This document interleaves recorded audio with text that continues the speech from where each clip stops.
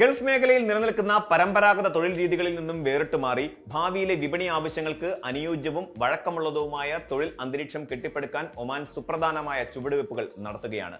തൊഴിൽ മന്ത്രാലയത്തിന്റെ ആഭിമുഖ്യത്തിൽ സലാലയിലും മസ്കറ്റിലുമായി സംഘടിപ്പിച്ച മൂന്നാമത് തൊഴിൽ ഫോറത്തിന്റെ ഭാഗമായി നടന്ന തൊഴിൽ വിപണി ലബോറട്ടറികളുടെ സമാപനത്തിൽ അംഗീകരിച്ച സമഗ്ര റോഡ് മാപ്പ് സുൽത്താനേറ്റിന്റെ സാമ്പത്തിക വികസനത്തിൽ പുതിയൊരു അധ്യായത്തിനാണ് തുടക്കം കുറിക്കുന്നത്.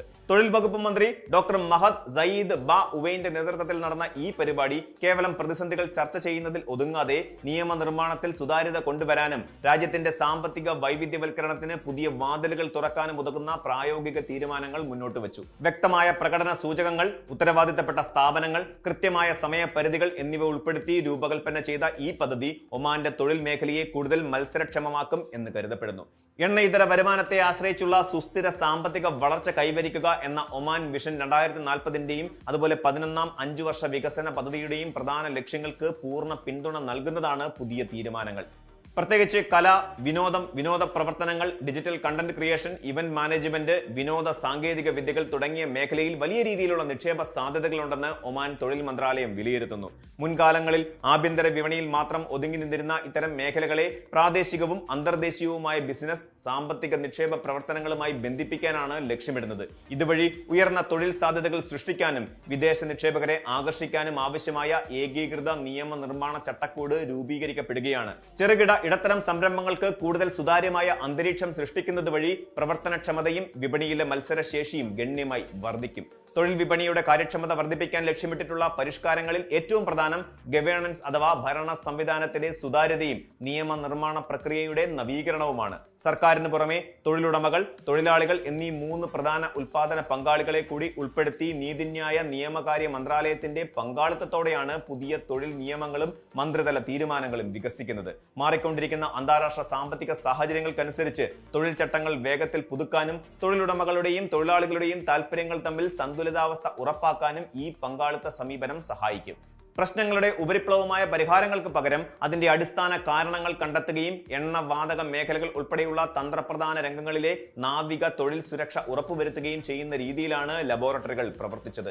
രാജ്യത്തെ യുവാക്കൾക്ക് തൊഴിലവസരങ്ങൾ ഉറപ്പാക്കുന്നതിന്റെ ഭാഗമായി ഒമാൻ പുതിയ ദേശീയ തൊഴിൽ നയത്തിനും തുടക്കം കുറിച്ചിട്ടുണ്ട്. അടുത്ത 5 വർഷത്തിനുള്ളിൽ സ്വദേശികൾക്കായി 3 ലക്ഷം നേരിട്ടുള്ള തൊഴിലവസരങ്ങൾ സൃഷ്ടിക്കുക എന്ന വലിയ ലക്ഷ്യമാണ് സർക്കാർ മുന്നോട്ട് വയ്ക്കുന്നത്. ഇതിന്റെ ഭാഗമായി പ്രതിവർഷം ശരാശരി 60,000 തൊഴിലവസരങ്ങൾ ഒമാനികൾ കണ്ടെത്തേണ്ടതുണ്ട്. രാജ്യത്തെ വിദ്യാഭ്യാസ സംരംഭങ്ങളും നൈപുണ്യ പരിശീലന കേന്ദ്രങ്ങളും തൊഴിൽ വിപണിയുടെ പുതിയ ആവശ്യങ്ങൾക്ക് അനുയോജ്യമായി മാറ്റിമറിക്കാൻ തൊഴിൽ സഭ നിർദ്ദേശം നൽകിയിട്ടുണ്ട്.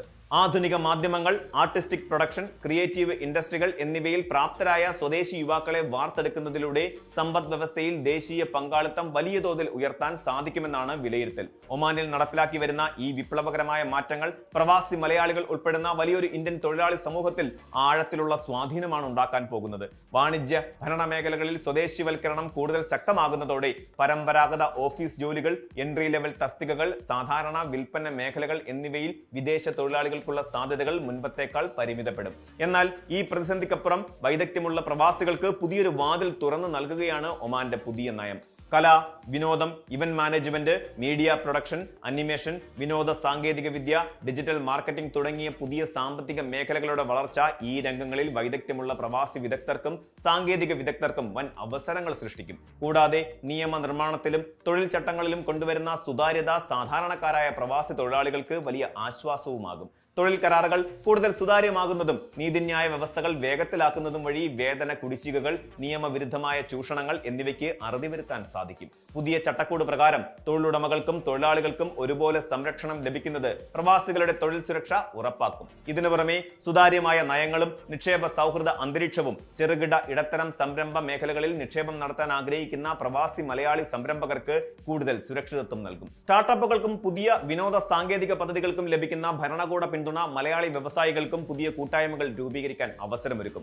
ഒമാൻ വിഷൻ 2040ന്റെ ഭാഗമായി സുൽത്താൻ ഹൈതം ബിൻ താരിഖിന്റെ ഭരണത്തിന് കീഴിൽ രാജ്യം അതിവേഗം നവീകരിക്കപ്പെട്ടുകൊണ്ടിരിക്കുകയാണ്. പരമ്പരാഗത എണ്ണ സാമ്പത്തിക വ്യവസ്ഥയിൽ നിന്നും വിജ്ഞാനാധിഷ്ഠിത സാങ്കേതിക സമ്പദ് വ്യവസ്ഥയിലേക്കുള്ള ഈ മാറ്റം മേഖലയിലെ തന്നെ ഏറ്റവും ശ്രദ്ധേയമായ നീക്കങ്ങളിലൊന്നാണ്. മാറിയ തൊഴിൽ സാഹചര്യങ്ങളോട് പൊരുത്തപ്പെടാൻ പ്രവാസി സമൂഹം തങ്ങളുടെ പരമ്പരാഗത തൊഴിൽ രീതികളിൽ മാറ്റം വരുത്തേണ്ടതുണ്ട്. ആധുനിക സാങ്കേതിക വിദ്യ, പുതിയ മാധ്യമ കഴിവുകൾ, പ്രത്യേക സാങ്കേതിക നൈപുണ്യങ്ങൾ എന്നിവ സ്വായത്തമാക്കുന്ന പ്രവാസികൾക്ക് ഒമാനിലെ മാറുന്ന വിപണിയിൽ ഉയർന്ന പദവികളും അവസരങ്ങളും വരും നാളുകളിൽ ഉറപ്പാക്കാൻ സാധിക്കും. നിയമപരമായ സുതാര്യതയും വിപണിയിലെ പുതിയ അവസരങ്ങളും ഒമാന്റെ സാമ്പത്തിക സ്ഥിരതയോടൊപ്പം അവിടെയുള്ള പ്രവാസി സമൂഹത്തിന്റെ ഭാവിയെയും കൂടുതൽ ശക്തമാക്കുമെന്ന കാര്യത്തിൽ സംശയമില്ല. കൂടുതൽ വാർത്തകൾക്ക് news 18 Keralam YouTube channel subscribe ചെയ്യുക.